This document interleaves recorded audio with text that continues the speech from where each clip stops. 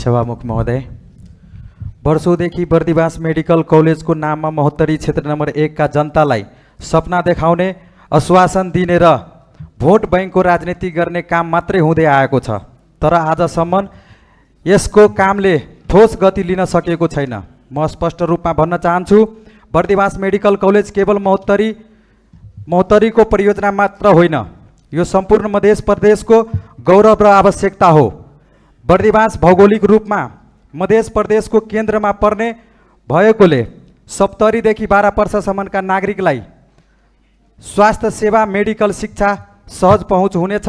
यसले हजारौं विद्यार्थीलाई अवसर दिनेछ, स्वास्थ्य क्षेत्रमा आत्मनिर्भरता बढाउनेछ र समग्र मध्य प्रदेशको विकासमा महत्त्वपूर्ण योगदान पुर्याउनेछ। त्यसैले आगामी बजेट मार्फत पर्याप्त बजेट विनियोजन गरी बर्दिवास मेडिकल कलेज